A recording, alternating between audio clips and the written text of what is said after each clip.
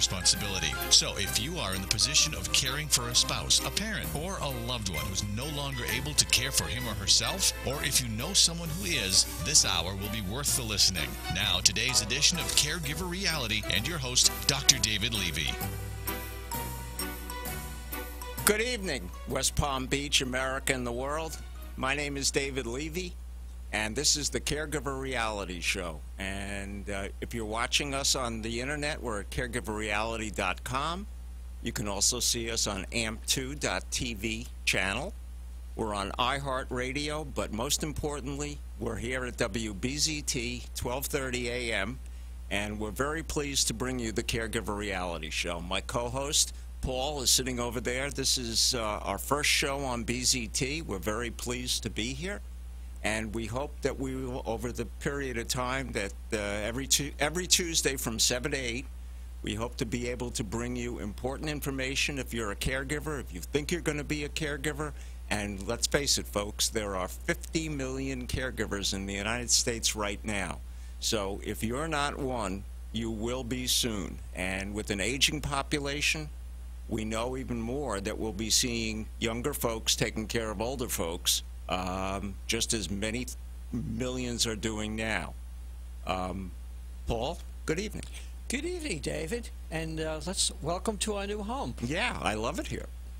And so, without any further ado, yes, I guess some of the things that we ought to explain, because this is the first show, that what we do is we try not to preach. You're not going to find people coming on the show that are here to go crazy about their home health agency or, you know, what nursing home. We're here more to educate. My practice is, over the last 25 years, has been focused on what we call non-clinical family caregiving. There's a bright blue line between the clinical profession and what I do. And I've done that for a couple of reasons. Number one, family caregiving is not a disease. And while there may be stressors or things that affect a caregiver that at times require a clinical person, the clinical profession is focused on the patient. We're focused on the caregiver. And when we talk caregiver, we're not talking about a paid caregiver, although we have great recognition of what's going on out there and trying to find good ones. And that's part of the profession that really needs to grow up in terms of size, capability, professionalism, because with the expansion of Medicaid, with the aging population, and with everybody going home to be taken care of, and we'll get into a little discussion about that in a while, we are relying more and more on paid caregivers to do a little bit and unpaid caregivers to do a lot. Now, family caregiving or a family caregiver is an unpaid individual who is taking care of someone, regardless of age, regardless of relationship, who can no longer do for themselves what they used to be able to do. And whether that's dad or mom or grandpa and grandma who can no longer do shopping, can no longer keep their checkbook, can't do their taxes, it starts off real easy. Some people are dumped right into caregiving with a phone call at 1 o'clock in the morning from an ER that says, your mother slipped and fell in her apartment. She's got a broken hip. We're going to have to take her into surgery.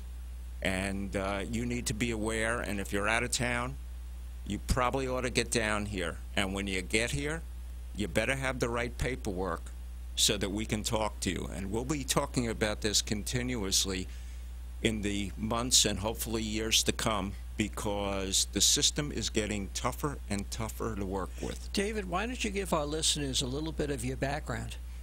Well, my mother should have written this part, all right?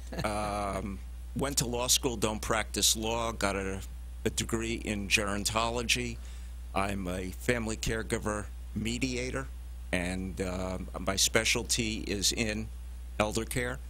I've been recognized by the state of Florida as a subject matter expert and subject matter specialist, rather. And very recently, my book on family caregiving, Practical Problem Solving, which I'll try and get on the screen for you, just so that I can say I did it, was the winner of the 2013 Florida Council on Aging Media Award, and I'm very proud of that. And if anyone is interested in getting a copy, they can go to caregiverreality.com website, and it's listed there and can be purchased for a very nominal amount. We're getting it ready for Kindle, and that should be ready in the next couple of weeks so that you'll be able to find it there. And we're continuously updating it. As a matter of fact, the version for Kindle, even though we won the award with this one, is being updated for what we've learned in the past year. One of the things I can tell you is I deal with caregivers every day. I do 3 to 4 support groups for caregivers every week. And one of the reasons I say that is because when you have caregivers that can be part of a group, they learn more, they have support, they build a family out of caregivers that they can rely upon. Because most of our friends and family, after a while, well, we're all well-intended, just can't listen to another story about what you had to do yesterday or what grandma or grandpa or your spouse had to do.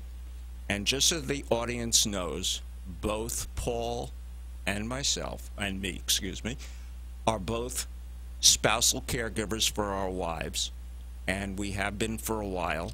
And while fortunately, for the moment, we're not dealing with dementia, we're dealing with some fairly serious illnesses that have kept our wives home.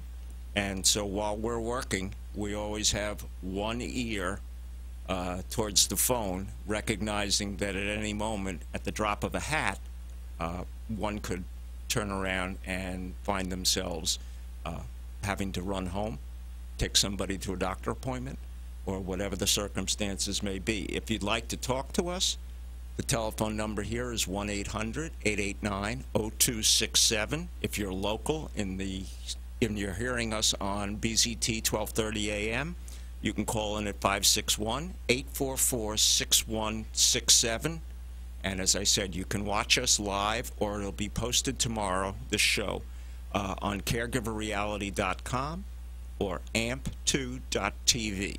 So if you don't see us or you don't hear us, you can't blame us, because we put it out in as many places as we can, and when we get through, it goes YouTube and 50 other social media locations that I have no idea about, because at my age, I missed social media.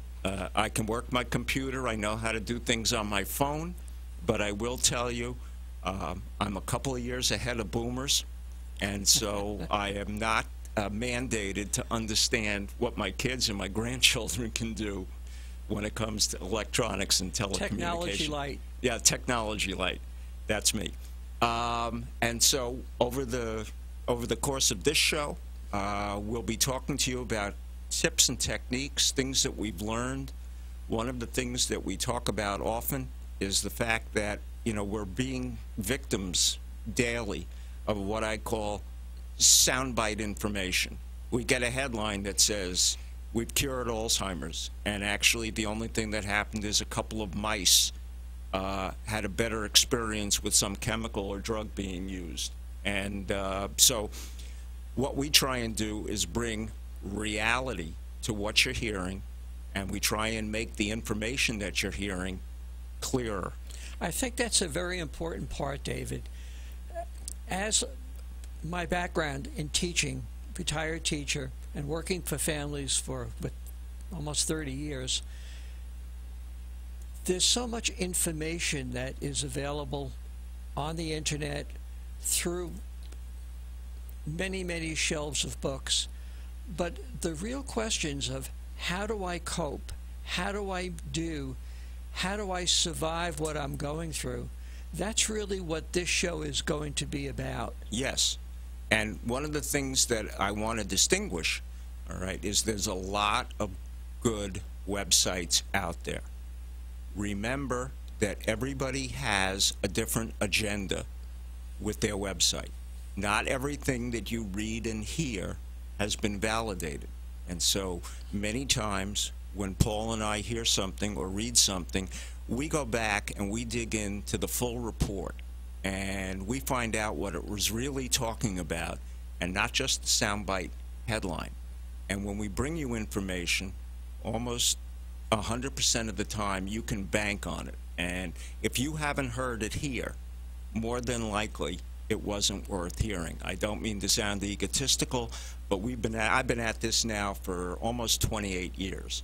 And I've watched caregiving grow up. I've watched an aging society. As a gerontologist, I have a great interest. And just so that you understand the distinction, a gerontologist is somebody that studies aging, and a geriatrician is a doctor who deals with older people. I am not a doctor dealing with older people. I am a gerontologist supporting caregivers with non-clinical family caregiving. Our producer, Freddie, said it's time for us to go to a break, so I want to thank you for being here for the first 17 minutes. We'll be right back. Freddie, take it away.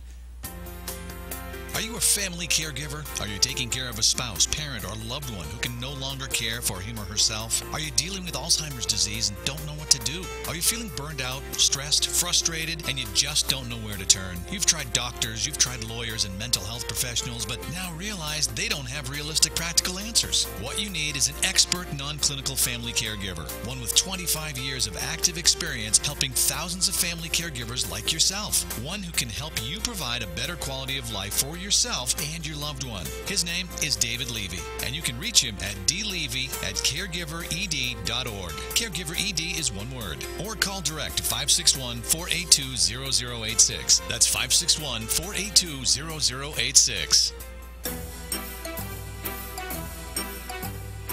This is Caregiver Reality with gerontologist Dr. David Levy. You can call in to speak with Dr. Levy on air, toll-free at 1-800-889-0267. That's 1-800-889-0267. Again, here's Dr. Levy and more of today's Caregiver Reality. We're back, and I want to thank our audience out there. If you want to speak to us, 561-844-6167. And if you're out of town, 1-800-889-0267. And I was told I'm sitting too close to the microphone because this is the first time we've used this setup, and it takes just a little bit of adjustment. So I apologize to anybody out there, including the guy in the control room who has just let me know that I need to keep a better distance. Where we came from, the old studio, you could sit right on top of the mic and nobody could hear you. So this is a new experience. But anyway, Paul, back to you. Thank you. Well, there's so many of us that know personally people who are going through this. I don't think a day goes by where someone doesn't come up and say, you know, I'm going through something right now with family, don't know what quite to do. Where do you get help? Well, I mean, there are a lot of organizations and associations that are out there. I mean, from the Area Agency on Aging, which is a formal organization, and here in Palm Beach you can reach them simply by dialing 211. They're also responsible for assisting in the Medicaid rollout in Palm Beach and the Treasure Coast. There are a number of folks that ostensibly are authorities, but in their specialty. Elder law attorneys, neurologists, doctors, but you have to understand one thing, that none of these folks have taken courses in caregiving.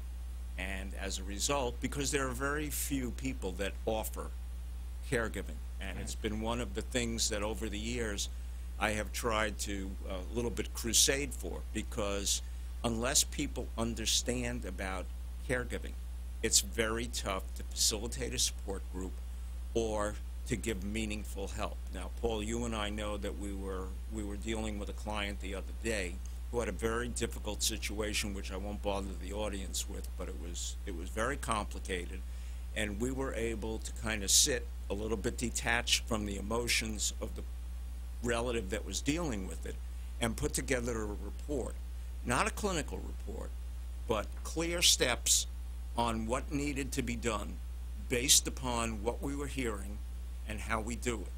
In the book, it lays out how to put together your own family plan. This is something that it's not difficult to do. There's a questionnaire that you fill out in there on your own time, and then it shows you how to construct a basic plan to move forward. And it gives 30, 60, and 90-day goals, because anybody that plans caregiving more than 90 days out is going to have a very big disappointment. Caregiving can turn around in a heartbeat. Things can happen that are totally unexpected.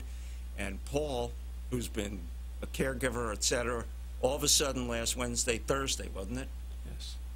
Driving down 95, bam, he's in a car accident. And all of a sudden, not only did it make his caregiving responsibilities difficult, but now he finds himself caught up in the system. And why don't you explain a little bit what went on? Well, it's not so much with that. The accident, I mean, that was an unfortunate set of circumstances. My challenge was trying to coordinate. We're new to Medicare, A and B, and we're new to a Medicare supplement policy. You're talking about you and your wife. My wife and I, right. Sorry. And getting the prescription drug plan to work with the supplement, to work with Medicare, it was like shadow boxing. And this really speaks to the point that you made. Now, you spoke about objectively looking at a set of circumstances and making a plan or a report. But when you're mired in that quicksand of trying to figure this out for yourself, and it's your loved one, objectivity goes out the window. And I was talking to a gentleman on the phone from the prescription plan today, and I said to him, I'm on the 17th floor, I'm on the ledge, you are my only hope. If you don't come up with an answer, I have a bottle of arsenic and I'm going off.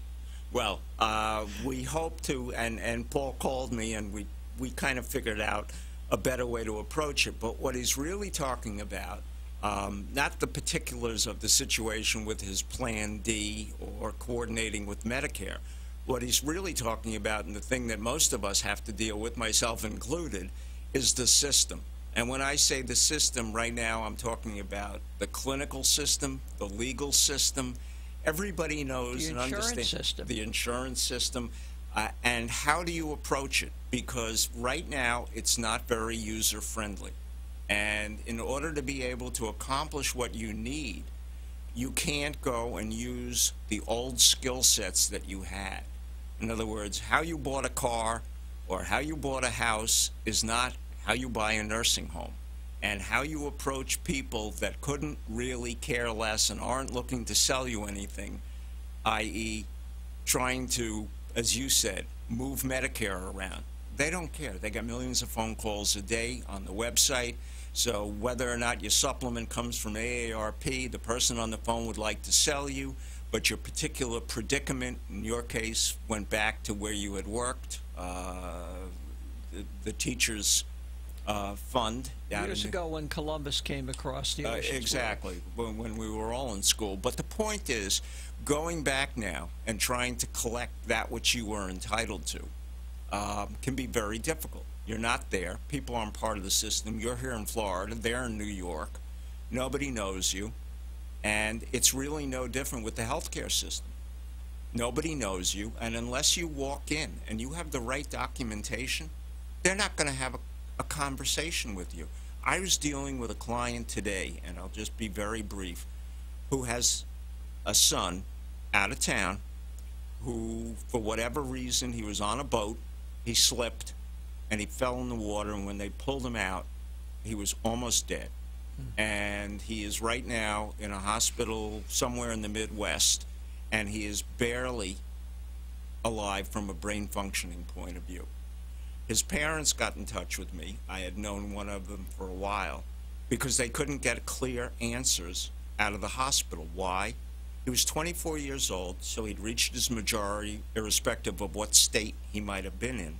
But they didn't have durable powers of attorney, which grant rights to the person holding it, or what we call an HCAD, a Healthcare Advance Directive, in order to be able to speak for that individual.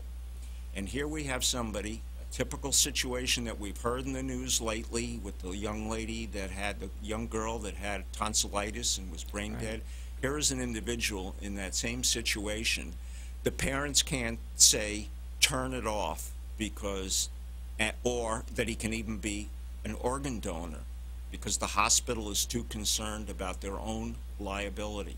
So unfortunately, and I suggested to him that they're going to need to get a guardianship attorney, a good elder law attorney in the state that they're in, to move immediately for an emergency temporary guardianship, giving them the right to be able to speak and control what is going on with their son in order to be able to get him off of those machines, because there's nothing left. And so here's a circumstance that we deal with every day. And when you get a phone call that says, what am I going to do? My mother was diagnosed, or I've watched her get worse, even though my dad didn't want to recognize it. And they don't have advanced directives. And how can I go about helping to place her in a facility or deal with her needs, because cognitively she can no longer do it? So one of the things you'll hear us talk about continuously is that you need to be prepared. And as part of your plan, you need to be prepared to step in when your loved one, your spouse, whoever it may be that you're responsible for, needs you. You need documentation. The system doesn't care. And Marcus Welby is long dead. So we all need to recognize that in this day and age, unless you're prepared, the system will just push back at you. Not only does it push back at you, you really have to have an advocate. You really have to have someone who's going to be there, who is going to help navigate what needs to be done. Now, you talked about technology before. Everything, or virtually everything today, is done online. If your loved one doesn't have those computer skills, or doesn't even have a computer, they are at a distinct disadvantage. The adult children really have to step up at this particular place and be that advocate for them so that they get what they're entitled to. That's a lot of what caregiving is. People think it's diapers and drudge work, which of course plays a part, but it's being an effective advocate, being able to step in and represent your loved one, your family member, in a way that makes good sense. And you just can't pull it out of the sky. We do not have a caregiving gene that blossoms just because we're facing caregiving. It truly requires some basic education, and what typically happens is people go a year, 2 years of getting mired in caregiving before they'll step up, join a support group, pick up the phone and call me. And by that time, serious things have already gone on. We can't go back and change them. So we have to deal with the circumstances where we find them. And that's getting tougher and tougher in this day and age. And believe me, as much as I think that I know, every day caregivers bring me new information. That's how I learn. As much as I can help them, they are like canaries in the coal mine. And they hear it and see it first, and they allow me then to adopt and adapt it into what I'm teaching, what I'm writing about, and what I'm doing in other support groups. Here in the Palm Beaches, in our area, we're very fortunate to have support groups, to have those resources within the community. But our audience is worldwide. Worldwide. And I think where you're going with that conversation, Paul, is we're kind of in the epicenter here, or right in the middle, ground zero We are. of aging. And we probably have more home health care agencies, more dementia facilities, more nursing homes, assisted living, whatever it may be, than almost any place else in the country and certainly around the world. And we have a hard time, and we at least have some choices. When you're in Podunk, and one of the things we found out from doing our other show is one of the things that we have a lot of listeners in Alaska. Why? Because there are very little facilities, and there's an awful lot, and I'm just very respectful. There isn't a lot of caregiving that you learn in the igloo. And so I don't care where you are, I don't care how smart you are, I don't care how much money you have. And in order to be able even to take care of it, you need to understand what's going on, and you need a plan.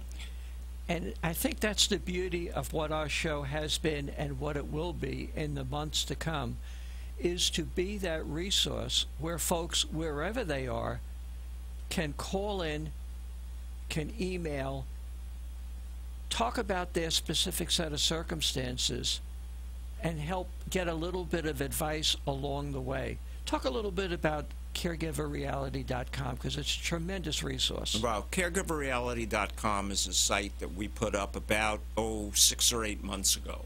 And one of the things that we have posted there is we have probably the last dozen radio shows, and I've also posted live, unscripted support groups that I run so that people can see what a support group is all about. You know, in an awful lot of places, and I scan an awful lot of information from the internet, and you'll hear out there somewhere in the country that at the firehouse next Thursday from 2 to 3:30 will be a support group. My support groups, because I understand what's needed, are weekly. And in the middle, they can call me, because caregiving doesn't run on a schedule. And crises do not happen because we plan for them. We can plan on how to deal with a crisis, but when you're right in the middle of it and your hair's on fire, you certainly want somebody that has the objectivity and can be your competent authority. And that's what advocacy is all about. And that's what we try and do. We try and empower you. I know that's an often used and sometimes a trite word, but we're trying to educate our audience into the things that are really important. And I think we have to go to a break. And so take it away. And when we come back, I want to give you a little bit of insight into the medical profession and how they take a look at caregiving, because it's very interesting. And there were a couple of studies that were just finished up that I think you might be interested in. So we'll take our break.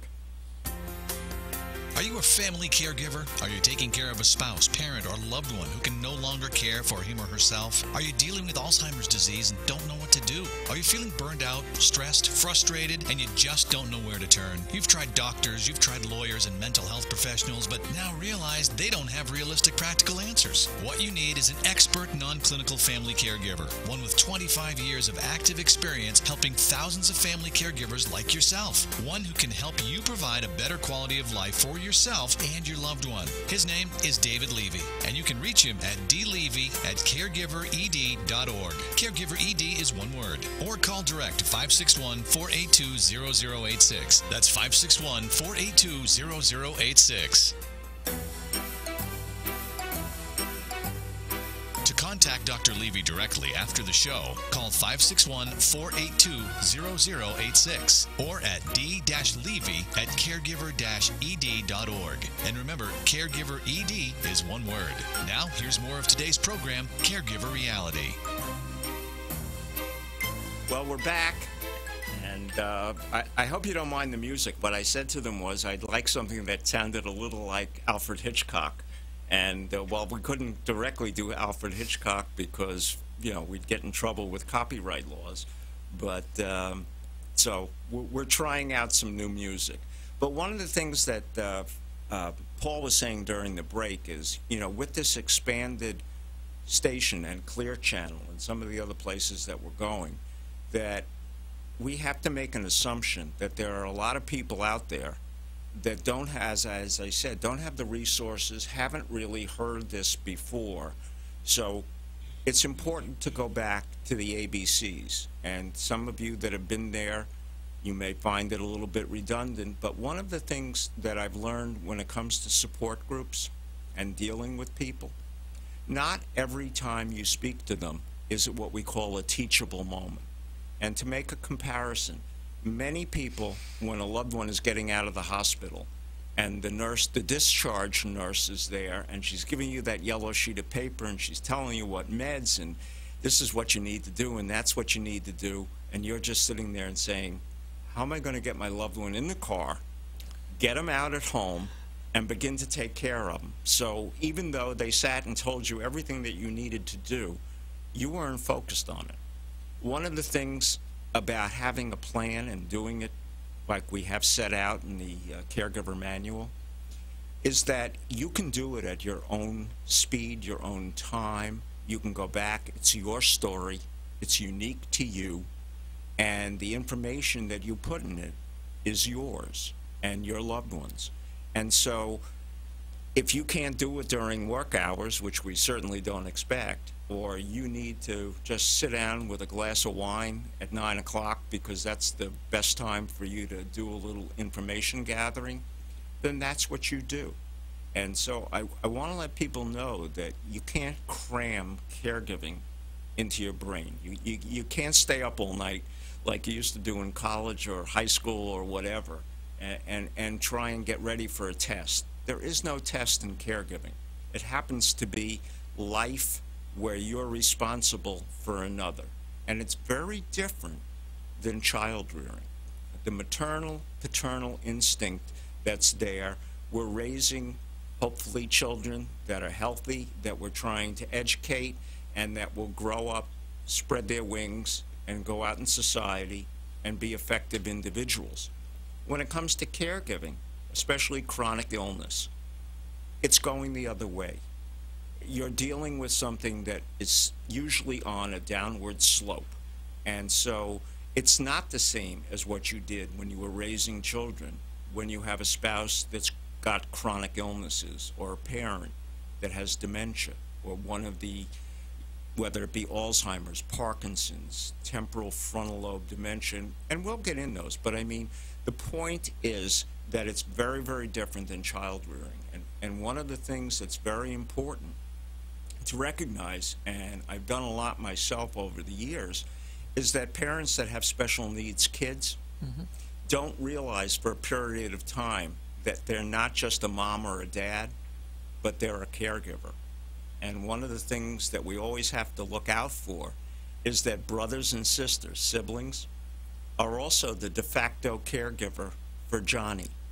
And there can build up a lot of resentment, even though it's your brother or your sister, because you wanted to go to play soccer, and mom can't be a soccer mom because she's stuck at home or running around and taking care of things that your brother, who's got a chronic illness or suffers from autism or whatever the circumstance may be, and she can't be the mother to everybody that we like. David, in so many of the times that we shared a podium, you often speak about the feelings that are associated with caregiving that you tend to take onto yourself as being unique. Talk a little bit about what caregivers, no matter what it is, if it's for dementia or for something that happened as an event, what is a typical caregiver feeling that they think is unique? Well, the emotions aren't unique, but they're a cluster. And typically it's anger, guilt, and resentment. And there's a lot of guilt inside of many caregivers because they can't be Florence Nightingale and Mother Teresa. They think that they can do better, or if they stay at it, that somehow or other they can change the course of events for their loved one. Now, I'm not saying that a diligent caregiver cannot make a quality of life better for their loved one. But I think it's very important to understand, especially in spousal caregiving, and especially with men who are caregivers, and since you and I are they, we're in that boat, as Pogo would say, think that they can just widen their shoulders and pull the load further along when it's time to let somebody else come in and help you do the heavy lifting, and you've got to be the very best advocate. There's a lot of resentment in the system because people didn't do what you expected them to do. The hospital, the whatever, the gas station that promised you'd get your car back so you could get your loved one to a doctor appointment. And the thing about resentment, it's like taking poison and hoping the other person dies, because whoever you're resentful of, they're not even aware of it. They don't know. And so you're spending a lot of stomach lining and a lot of emotion trying to deal with that. I've seen a lot of resentment towards siblings. Oh, yes. Well, I mean, whether it's the system, whether you're Charles in charge, so to speak, amongst your brothers and sisters, and they've decided that you're doing a wonderful job, and so they'll call in and tell you how good you're doing, but somehow or other, they can't get down there to take over the load for you. Now, I'm not making universal criticism by any means. There are plenty of families that know how to gather, allocate, and be part of taking care of somebody within the family. But for the most part, there's an alpha caregiver who's hands-on doing it, and then there's a lot of beta and tertiary caregivers that lob in criticism, sometimes support, and when it's siblings, there can be an awful lot of resentment, especially when it comes to the real chronic illnesses and especially when it comes to dementia.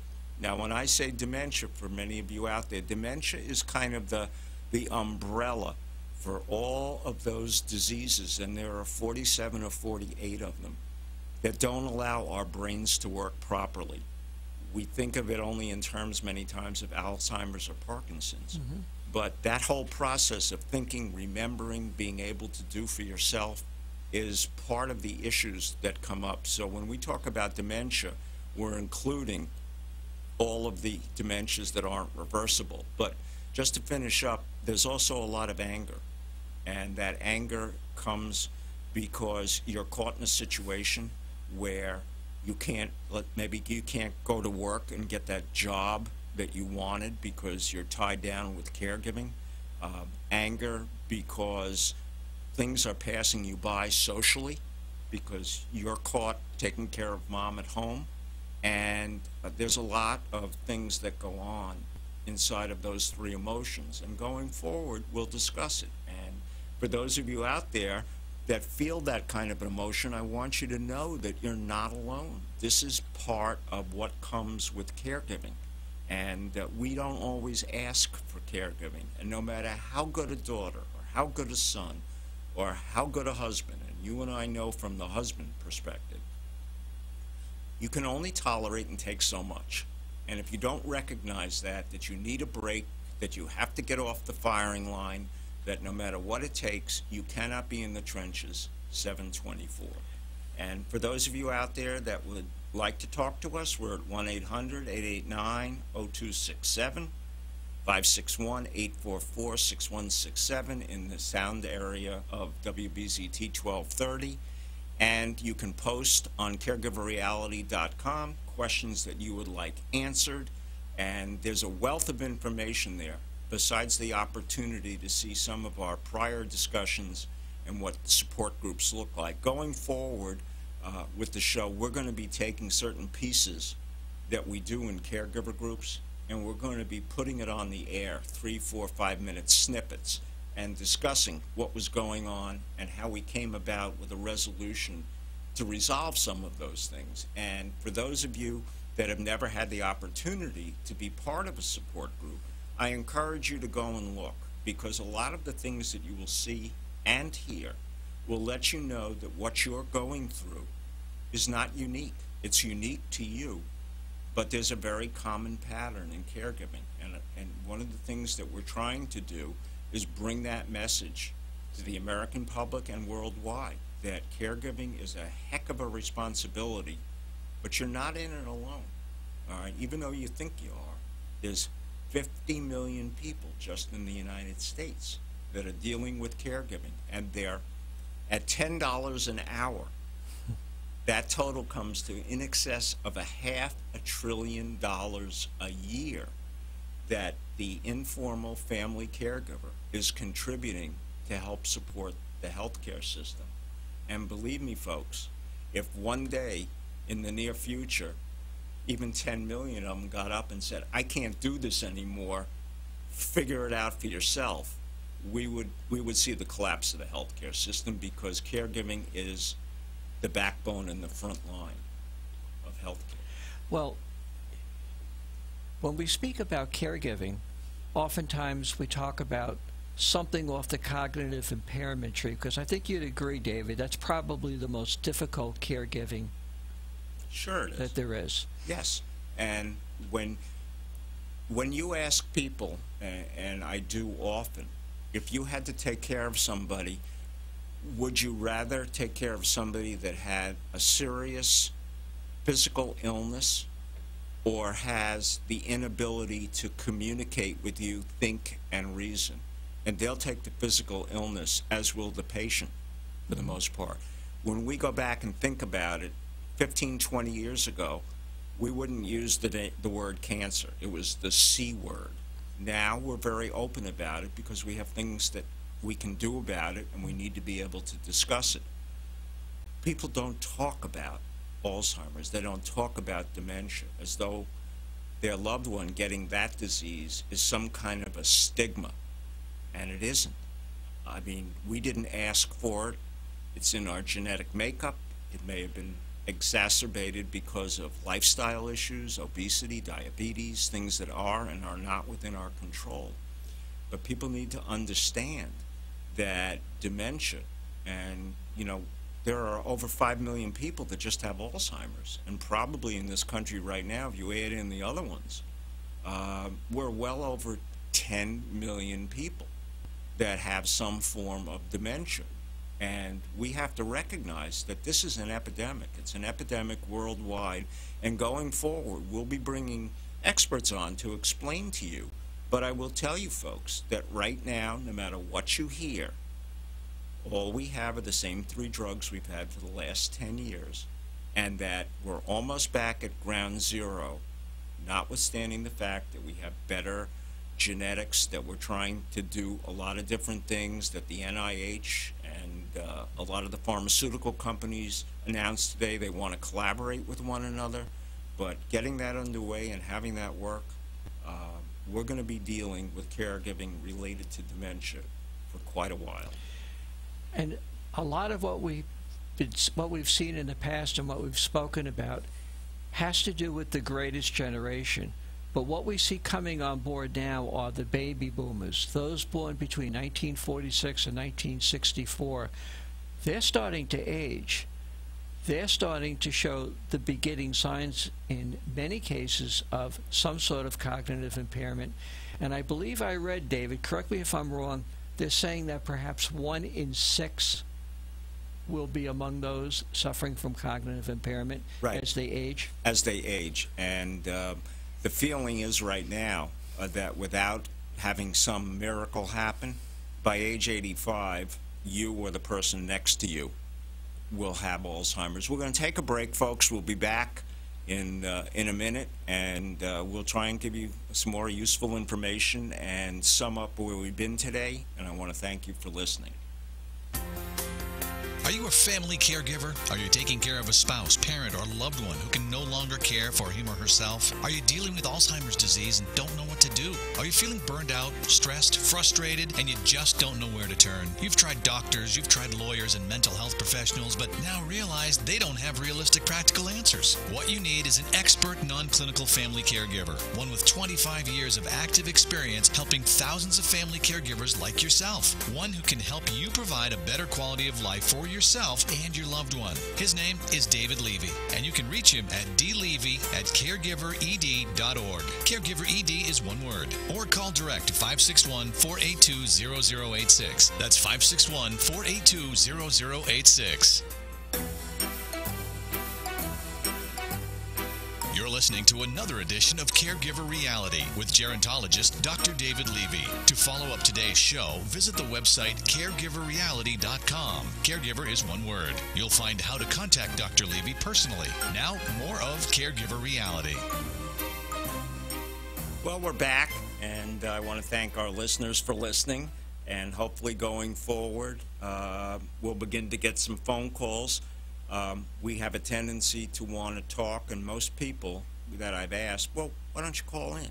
And they go, because we're learning something, and we'd rather not interrupt. But we have no problem being interrupted, although we can't get too far into personal circumstances, but there's a lot of things that we can cover that many of you are going through. And going forward with the show, we'll be giving you a great diversity of things to think about information that you can constructively use, things to watch out for, and things to avoid. Now, when Paul asked much earlier, and I mentioned the Area Agency on Aging, and I gave the telephone number for the one here in the Palm Beaches, I want you to know out there that all the states have an Area Agency on Aging and various branches in communities throughout their state. So all one needs to do is either call the operator, Google Area Agency on Aging, and they, at least from an aging caregiver perspective, can give you some idea of what resources are available, what you can do, and how to go about doing it. I would also commend AARP for approaching not only Alzheimer's, but the aging process in a very intelligent way. And they've started to really accelerate what they're doing for caregivers, because I think the recognition is coming that with care going home, and we'll tell you why in the future, but we don't have, if we can't keep the folks we have here in this particular area with as many beds as we have available to be able to place them somewhere, if it's needed, then nowhere else in the country or the world will you be able to do that. So if you've got a loved one at home, you need to understand that this is not the flu. This isn't, as my grandmother would say, chicken soup a magazine and we'll be better in a week. This is long-term chronic illness with changes and events that are very tough to prepare for. And you're in the trenches, and you need to recognize that fact, and we're here to help in any way that we can. And one of the things you need to realize, and I've said it earlier today and I'll repeat it, you're not alone. We understand. I've been studying this, for a quarter of a century, and believe me, there's a lot to learn, and you never stop learning. This is something that caregiving constantly morphs as the healthcare system, as health laws, elder laws, and circumstances change in an aging and graying world. You have to be ready for what it throws at you and how you can be prepared to go up and represent not only yourself, but a loved one that you're taking care of or responsible for, or the system will just crush it. It would. And I think the other thing that our listeners need to be aware of is that what they're going through with their loved one is unique to them. This is not a universal. What their loved one's Alzheimer's looks like is not going to work for everyone else, or it's going to have the same symptoms or the same solutions. Each individual case requires its own individual solution. Yeah, and one of the things that we constantly talk about is if you've seen one case of Alzheimer's, you've seen one case. If you've seen one case of caregiving, you've seen one case. I can have 30 people at the support group that I do tomorrow in Delray, and that's where the count is up to, and almost to a person, they're dealing with some aspect of dementia or Alzheimer's or Parkinson's, whatever it may be. And yet, each and every one of them, their circumstances are unique. There's no one that I can say, follow what that one did, because it's identical to yours. Caregiving changes based on relationships, finances, geography, emotions, culture, ethnicity, religion, and I can go down a laundry list of things that make a family and caregiving unique one to the other. Just start with the word family. The whole definition of family today is so entirely different of what it was years ago. Well, and with that change, we have to recognize, that we're no longer living on the farm, and that when Grandpa became, or Grandma became, as we used to say, a little touched in the head, she'd sit on the rocking chair on the front porch. The grandkids would watch her. The rest of were out in the fields plowing. And quite frankly, one of the reasons that we're living as long as we are is because medicine has allowed us to. We don't die of pneumonia. We don't die of pleurisy at age 65 the way it used to happen. And one of the problems that we have is just because the medical profession has changed acute illnesses into chronic illnesses, it doesn't necessarily come with a quality of life. So the expression I use, and you've heard me use it often, is that the medical profession has jumped over Darwin. This is not survival of the fittest. This is survival because you've been medicated, and hopefully the outcome is one where your dignity, independence, and quality of life isn't compromised. But more often than not, you do not recover or bounce back to the same level that you were before. And our role here on this program is to support the caregiver as they are struggling with their day-to-day battles where medical science has nobody goes to school for it. There's no education for them. No. And unfortunately, when you've got 50 million people reinventing the wheel every day to figure out what their caregiving is all about, that's not a very efficient system. And going forward, the tips and techniques that we'll be talking about hopefully will make our listening audience here and worldwide a little bit easier to deal with. We've only got a couple of minutes left, and this is our first show. And I certainly want to thank everyone who's listened, and I invite you that every Tuesday from 7 to 8 Eastern Standard, we'll be on the air. You can catch this show if you didn't hear it all the way through, or you have a friend that you think can benefit from it. Caregiverreality.com. Click on Live Show. It should be posted within a couple of hours. It goes up on YouTube and all those other places that my granddaughter says she sees them, but I don't know how to get there. And amp2.tv has a regular airing of our show. And so hopefully you will recognize that you have help and that people do care. And as the exit music is playing, I want to thank my producer for getting us up here. Paul, as always, you're great. And to Palm Beach, America and the world, thank you so much for listening. We'll be back next week, and we hope that we can help you in any way we can. This is David Levy and Paul. Vadiato. And good night.